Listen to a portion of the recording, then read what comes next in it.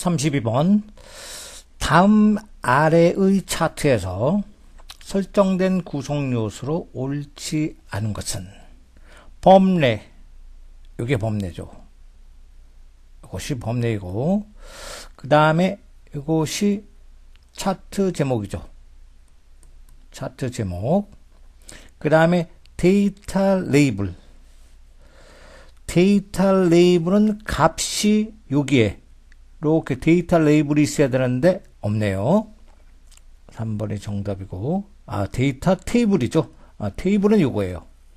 이게 바로 데이터 테이블, 데이터 레이블, 여기에다 값이, 요런 값이 있어야 되는데 없네요. 그래서 정답은 4번이 됩니다. 그러면 엑셀 32번 시트로 오셔서 지금 이 상태입니다. 이 상태에서 범위를 지정합시다. 범위를 지정하고 삽입 클릭하시고, 여기 있죠? 요거 세로 또는 가로막대의 차트 삽입 클릭하셔서 첫 번째 차트를 클릭하겠습니다. 지금 이 상태예요. 그 상태에서 여기 디자인 탭을 누르시면 빠른 레이아웃에 요거 있어요. 레이아웃 5를 선택하시면 바로 요게 데이터 테이블이 들어왔죠. 그 상태에서 다시 디자인에서 차트를 선택되어 있어야 됩니다. 디자인에서 레이 차트 요소 추가해서 차트 여기서 범례 아래쪽에 들어왔죠. 여기 범례 들어왔죠. 범례 차트 데이터 테이블. 그러면 데이터 레이블은 뭘까요?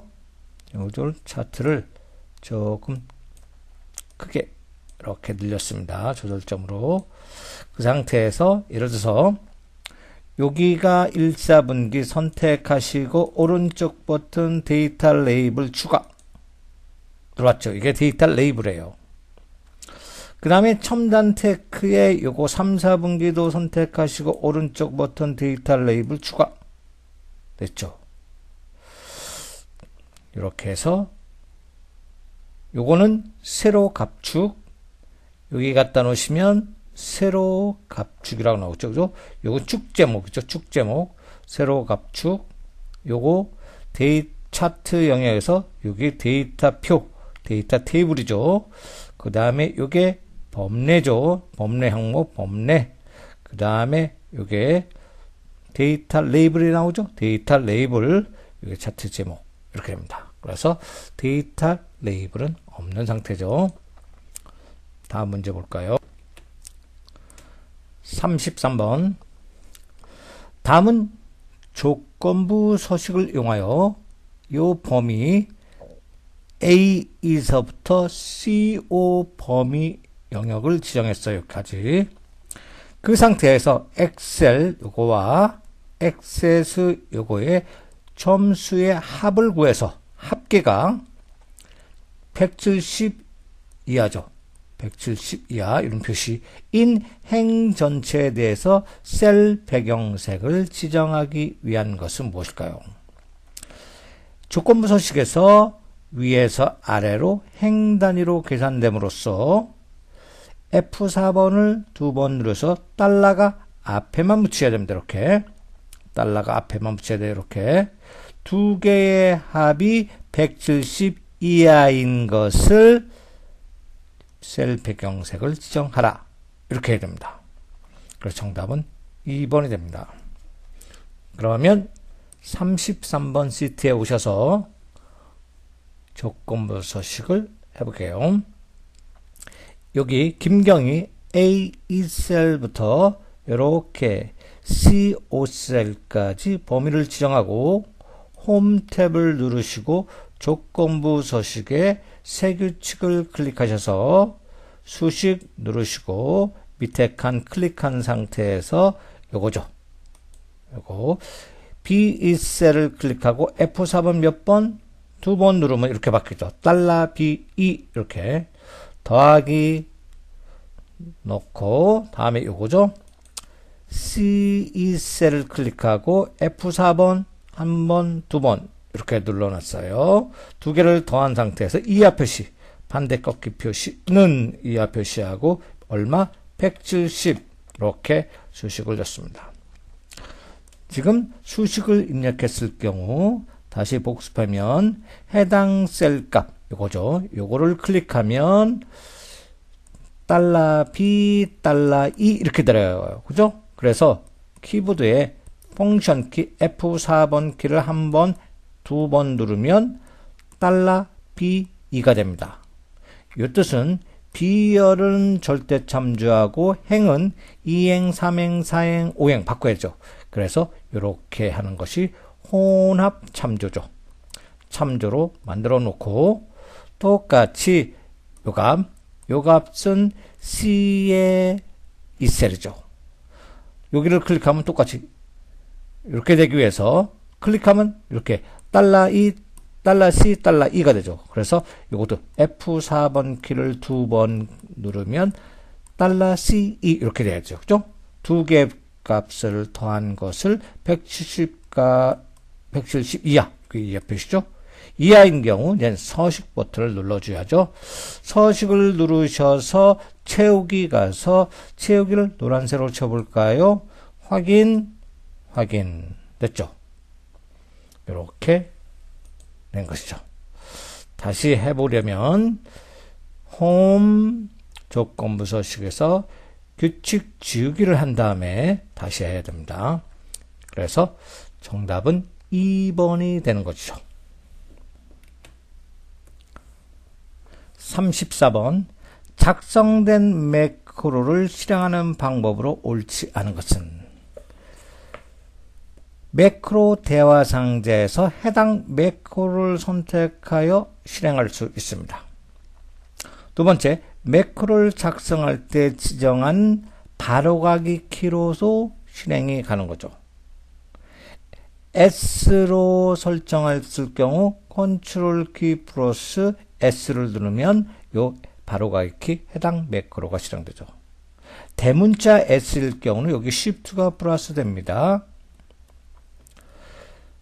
3번 매크로를 지정한 도형을 클릭해서 해서도 매크로가 실행이 됩니다. 3번 매크로가 적용되는 셀의 바로가기 메뉴를 이용하여 실행한다. 셀의 바로가기 메뉴는 나타나지 않습니다. 그래서 매크로가 적용되는 셀의 바로가기 메뉴는 나타나지 않아요. 정답은 4번이 됩니다. 그러면 34번 엑셀 시트로 오셔서 여기다 우리가 매크로를 선택하여 실행할 한 데에서 여기서 1 그 다음에 요거 2 이렇게 써요. 1과 2 그 다음에 여기다 매크로 한번 해볼까요? 도구에서 그 다음에 삽입 용식 버튼을 한번 누르시고 Alt키 눌러주셔야죠. 이렇게 끌어주시면 해당 창이 뜨면서 바로 나오죠. 여기다 합계라고 써보겠습니다. 합계라고 매크로 이름을 주시고 기록을 눌렀어요. 여기 나오죠. 해당 매크로를 실행하기 위해서 S를 눌렀다. 이렇게 대문자 S면 Shift가 들어간다는 뜻이죠. 그죠? 이게 바로 바로가기로 실행할 수 있다는 뜻이죠. 우리는 소문자로 할까요? S, 컨트롤 S. 대문자일 경우 Shift, 컨트롤 Shift S 이렇게 되는 것이죠. 그리고 저장할 위치는 현재 통합문서냐, 개인용 매크로 통합문서, 새 통합문서, 현재 통합문서 이거 따르세요. 매크로 저장 위치는 세 가지 있는데 하나는 개인용 매크로 통합문서, 두 번째 새 통합문서, 현재 통합문서 이렇게 설명은 안 써도 됩니다. 생략 가능해요. 확인 버튼 누르시고 됐죠? 그 다음에 단추를 클릭하면 여기다 바로 홈 탭에 여기죠. 자동 합계 됐어요. 그 다음에 됐죠? 엔터 치면 되죠. 그 다음에 지금까지 한 것을 기록을 중지시키기 위해서 아래 보시면 여기 기록 중지 버튼 있죠? 한번 하면 기록이 중지됩니다. 단추 버튼을 클릭해 볼까요? 이렇게 깜빡거리죠? 요 3을 지워 볼까요? 오른쪽 버튼 내용 지우기 단추를 클릭하면 나타나죠. 그 다음에 또 요거를 지워 볼까요? 오른쪽 버튼 내용 지우기 했어요. 그 다음에 아까 컨트롤 S죠. 컨트롤 S 눌러도 되죠.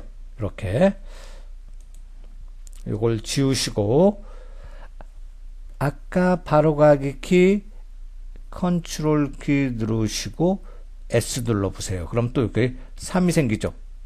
이게 요 단추를 클릭하는 거와 바로가기 키 누르는 거와 똑같습니다. 그렇게 됐고 또 도형을 이런 지금 버튼을 만들었지만 도형을 만들어 볼까요? 여기 삽입에서 도형에서 요 사각형 도형을 선택하시고 Alt키 누른 상태에서 이렇게 끌어주세요. 됐죠? 단추는 그냥 클릭하면 매크로 창이 뜨지만 도형은 뜨지 않습니다. 그 상태에서 오른쪽 버튼 그 다음에 매크로 지정 요거는 서식이라고 씁시다. 서식 매크로 이름을 서식 기록 요거는 B를 넣을까요? B를 넣겠습니다. 컨트롤 B 확인. 그 다음에 이렇게 영역 지정해서 홈 탭에 노란색을 채워봅시다. 되었어요. 기록 중지시켜야죠. 또 맨 아래쪽에 기록 중지를 클릭합니다. 됐죠. 요것도 깜빡 되죠. 그죠? 그러면 이렇게 선택하시고 홈 탭에서 채우기를 없음을 클릭했어요. 요걸 클릭하면 되죠. 그죠? 이와 같이 매크로를 지정하는데 도형을 적용해도 할 수 있습니다. 근데 적용되는 매크로가 적용되는 셀에서 여기서 적용되죠. 그죠? 오른쪽 버튼 바로 가기에 매크로는 없어요. 그래서 정답은 4번이 된다는 뜻이죠.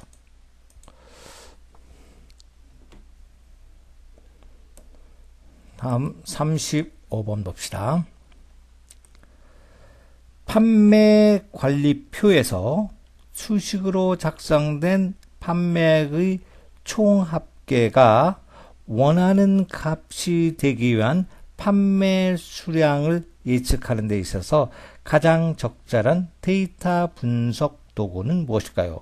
단, 판매액의 총 합계를 구하는 수식은 판매 수량을 참조하여 계산되어 있다. 이럴 경우 어떤 값이 어떻게 될 때 한 개의 값을 예측하고자 할 때 쓰이는 것이 2번 목표값 찾기죠.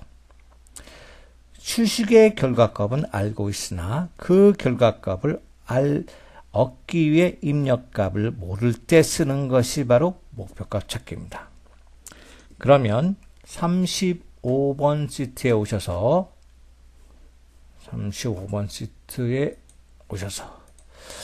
지금 볼까요? 지금 이건 데이터표고 이게 바로 목표값 찾기에 해당되네요. 여기 그죠? 이게 여기 보시면 값이 있고 월 상한액이 이렇게 더블 클릭하면 이렇게 되네요. 그러면 월 상한액이 지금 44,000원인데 그러면 이자율이 6%네요. 월 상한액을 그래서 5만 원이 됐을 경우 퍼센트 이자율이 6%, 이자율을 5%로 바꿔볼까요? 그럼 여기 클릭해주고 데이터 목표 가상 분석의 목표값 찾기를 클릭합니다. 지금 이것이 5%, 6%가 아니라 5%가 될 때, 이렇게 될 때 바꾸셀 값 월 상한액은 얼마가 돼야 될까요? 이렇게 확인. 셀의 수식이 지금 없나요? 그럼 다시 지금 수식세를 요거 클릭하고 요 값이 월 상한액 5만원 5만원이 될 때 바꿀 셀 값 이걸 해볼까요? 어떻게 되나? 지금 수식이 연결이 안 되면 안 되니까 확인. 이렇게 되죠. 그죠? 바로 보시면 월 상환액이 아까 44,000원에서 5만원이 될 때 이자율은 아까 6%인데 이렇게 18% 늘었죠. 이와 같이 하는 것이 한 개의 이건 수식은 결과값을 알려주시죠. 5만원이에요. 그죠? 그럴 때 수식이 연결된 요 값을 예측할 수 있는 것이 목표값 찾기입니다. 취소. 됐죠? 그 다음에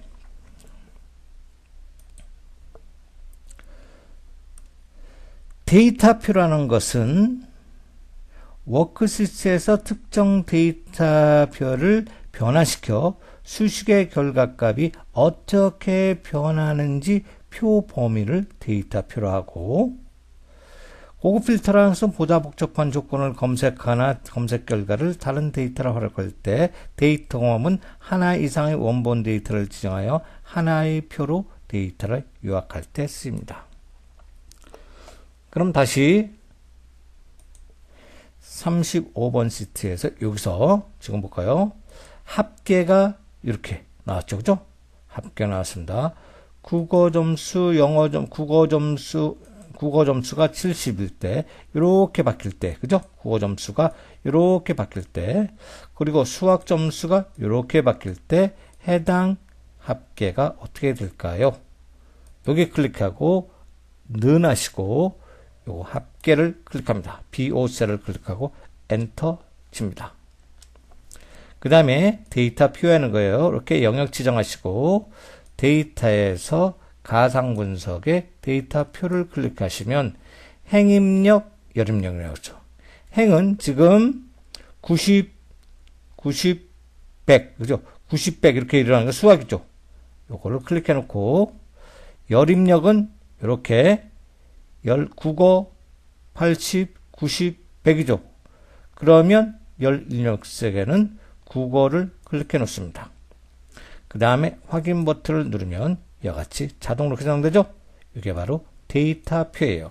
데이터표. 그 다음에 이런 것들이 바로 뭘까요? 조건을, 예를 들어서 이렇게 영역 지정하고 컨트롤 키 눌러서 퇴직금 이렇게 영역 지정합시다. 그 다음에 오른쪽 버튼 복사해서 여기다 놓을까요? 여기다 놓고, 여기다 합시다.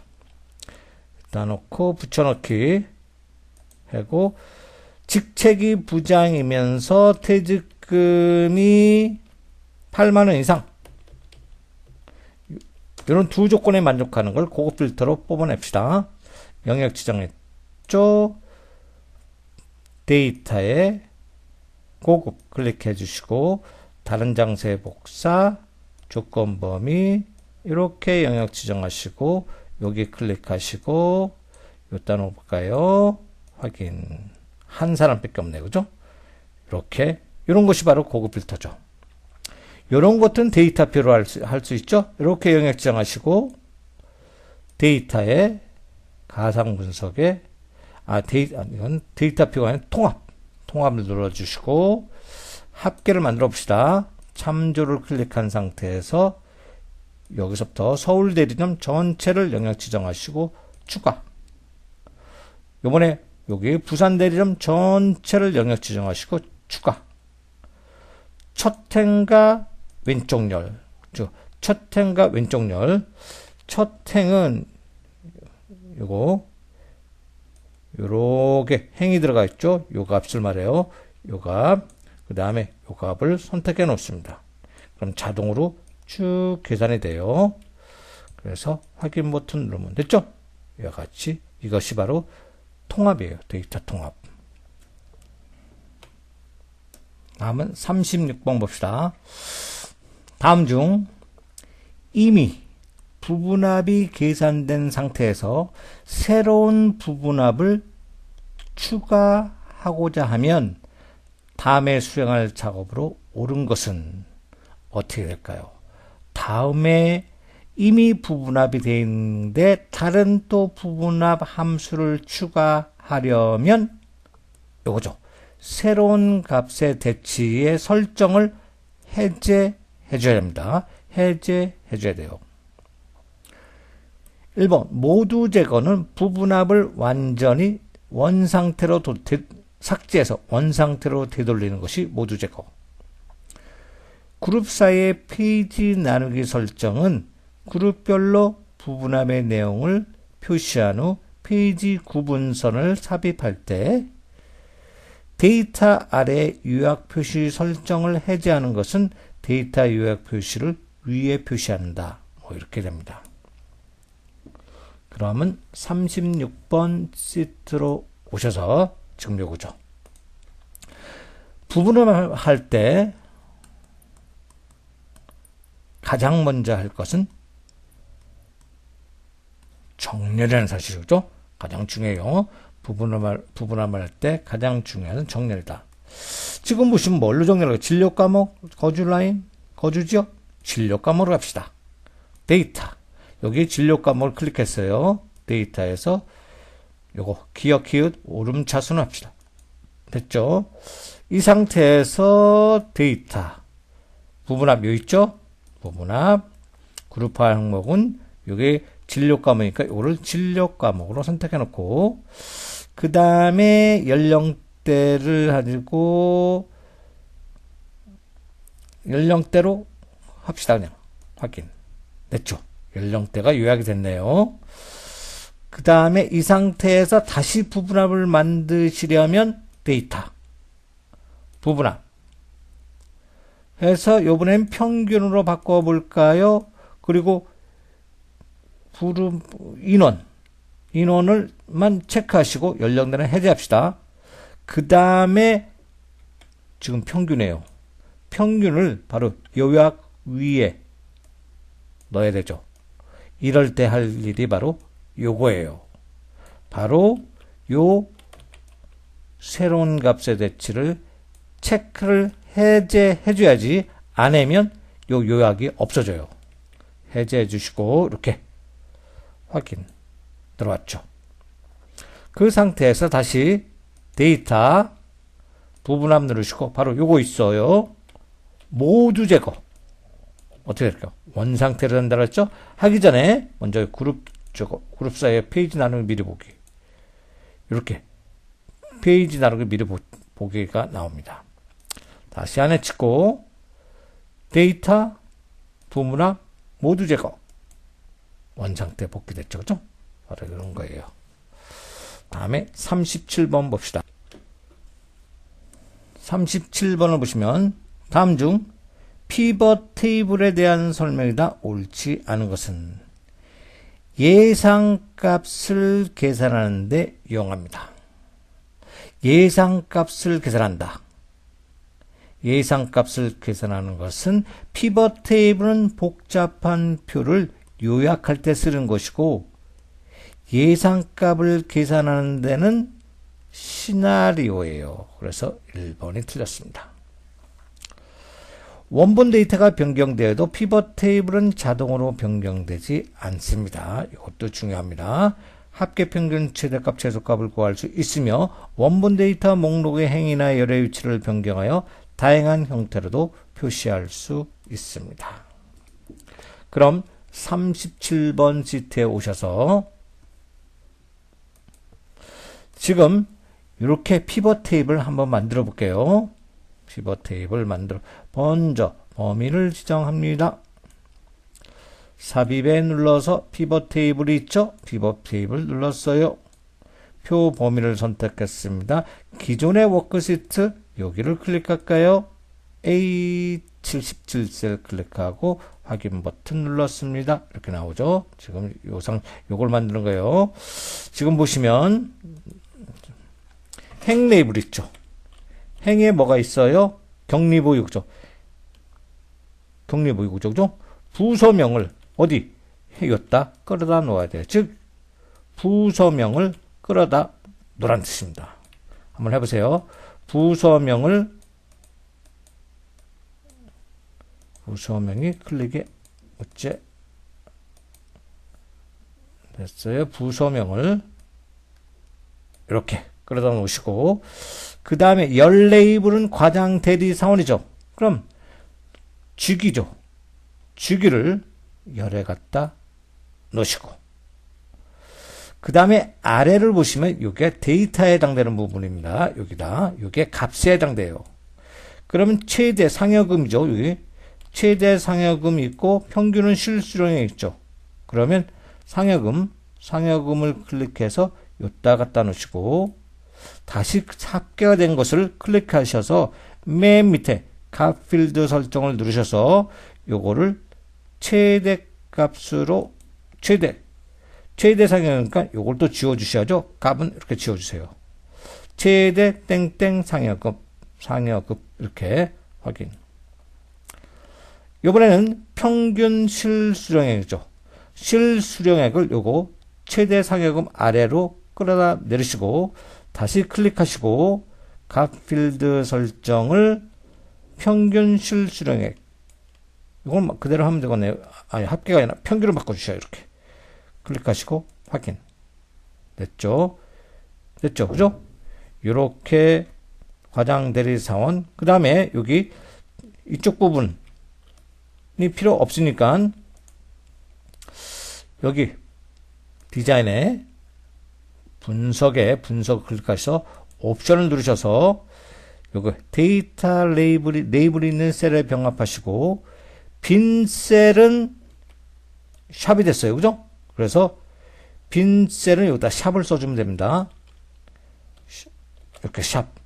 유형미 필터에서 행의 총합계를 해제해주고, 그 다음에 확인 버튼 눌러주시면 됐죠.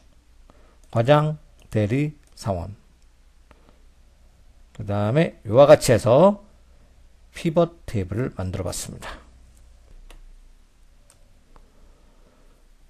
다음 38번 보면, 다음 중 아래 그림에서 수식을 D민하고 이렇게 지정했습니다. 실행했을 때의 결과값으로 옳은 것은? 지금 됐어요. 그 다음에 수식을 이렇게 넣었다면, 먼저 D민은 요거는 바로 데이터베이스에서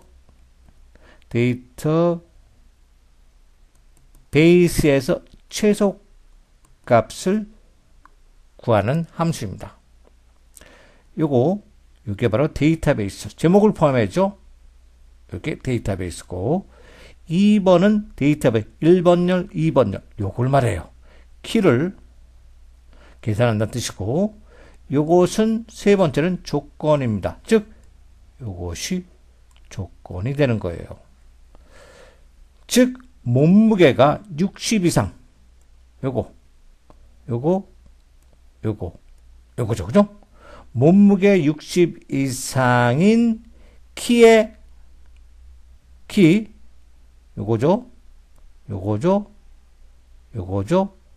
요거의 최소값은, 가장 작은 값은 165가 나오죠. 그죠? 165. 그래서 정답은 1번이 된다는 뜻이죠. 38번 시트에 오셔서 지금 거예요. 여기다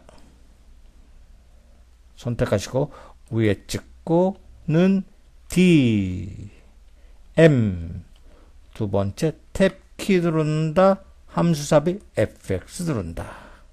첫 번째 칸 데이터베이스 전체 봅니다. 두 번째 계산될 열번호 2를 찍어도 되고, 2를 입력해도 그냥 이렇게 B1셀을 클릭해도 똑같습니다. 책에 있는 대로 2를 찍어도 똑같습니다. 세 번째 조건이죠. 이렇게 범위에서 가장 작은 값. 다시 설명드리면, D민은 지정한 데이터베이스에서 가장 작은 수, 즉 최소값을, 그죠? 최소값을 구하는 것이고, 요거는 데이터베이스는 제목을 포함해서 이 전체가 데이터베이스가 됩니다. 필드는 계산될 열번호가 돼요. 열번호. 2번이라는 것은 여기 1, 2 여기를 말한다 그랬죠? 근데 B1셀을 클릭해도 똑같은 결과값이 나타납니다. 세 번째, 요 크리테리어라는 것은 조건이죠. 조건은 제목을 포함해야 돼요. 이렇게. 그러면 60 이상인 거 요것도 60 이상, 요것도 60 이상, 요거는 안 되죠. 요것도 60 이상에서 가장 작은 값 요거죠. 그래서 결과값 165가 나타났다는 뜻이죠. 확인. 39번 볼까요? 다음 중 아래 가로 안에 들어갈 기능으로 옳은 것은 기억 뭐뭐는 특정 값의 변화에 따른 결과값의 변화를 한 번의 연산으로 빠르게 계산하여 표의 형태네요. 표의 형태로 표시하는 도구이다. 표의 형태, 그죠? 표의 형태로 표시하는 도구이다. 다음에 니은은 비슷한 형식의 여러 데이터의 결과를 하나의 표로 통합하는 거죠. 통합하여 요약이 나와요. 요약. 정답은 몇 번일까요? 2번이죠. 통합이니까 통합. 그죠? 데이터 표의 형태, 데이터 표. 정답은 1번에 되겠네요. 40번 볼까요? 페이지 나누기 기능에 대한 설명이다. 옳지 않은 것은 보기 탭에 페이지 나누기 미리 보기를 클릭하면 페이지가 나누어진 상태가 더 명확하게 구분됩니다. 페이지 나누기 미리 보기 상태에서는 페이지 구분서를 마우스로 드래그하여 페이지에 나눌 위치를 조정할 수 있습니다. 페이지 레이아웃 탭에 나누기, 페이지 나누기 모두 원래대로를 클릭하면 페이지 나누기 전 원상태로 복귀가 됩니다. 4번 페이지 나누기 미리 보기 상태에서는 데이터를 입력하거나 편집할 수 없는 게 아니라 나누기 미리 보기에서도 입력도 하고 편집도 할 수 있습니다. 그래서 정답은 4번이 틀렸네요. 그러면 40번 시트로 오셔서 40번 시트 왔어요. 이 상태에서 여기 페이지 레이아웃 있죠. 페이지 레이아웃 여기 쭉 없네요. 여기 보기 볼까요? 보기 여기 있네요. 페이지 나누기 미리 보기 이렇게 된다요. 페이지 나누기 미리 보기에서 지금 이와 같은데 여기 예를 들어서 화면이 이런 걸 이렇게 지를 수가 있죠. 그죠? 이렇게. 그 다음에 예를 들어서 요거는 이쪽이다. 11행을 눌러서 오른쪽 버튼 페이지 나누기 삽입 요렇게 1페이지 요거는 이렇게 해서 요거를 2페이지 이렇게 하고 1페이지 2페이지가 된다는 뜻이에요. 1페이지 2페이지 이런 식으로. 그럼 여기서 더블 클릭해서 편집할 수 있죠. 그죠? 그래서 4번이 틀린 거예요. 편집할 수도 있다. 지금 1페이지 차트가 2페이지 되는 건데 페이지 레이아웃 요거 눌러서 여기 페이지 설정 누르셔서 페이지 미리 보기 1쪽 다시 요 아래에 이쪽 이렇게 되죠? 이쪽 1쪽 이쪽 이렇게 나누기 할 수 있습니다. 다시 요거 클릭해서 원위치 다시 보기에서 기본이죠. 이렇게 봐서 볼 수 있습니다. 페이지 나누기 미리 보기 됐죠? 그죠? 그 상태에서 다시 오른쪽 버튼 눌러서 페이지 나누기 모두 원래대로 원상복귀 아까 이전 상태로 그죠? 이렇게 된다는 뜻이에요. 다시 보기 누르시고 기본 그래서 정답은 4번이죠. 페이지 나누기 미리 보기에서도 데이터를 입력할 수 있고 편집도 가능합니다.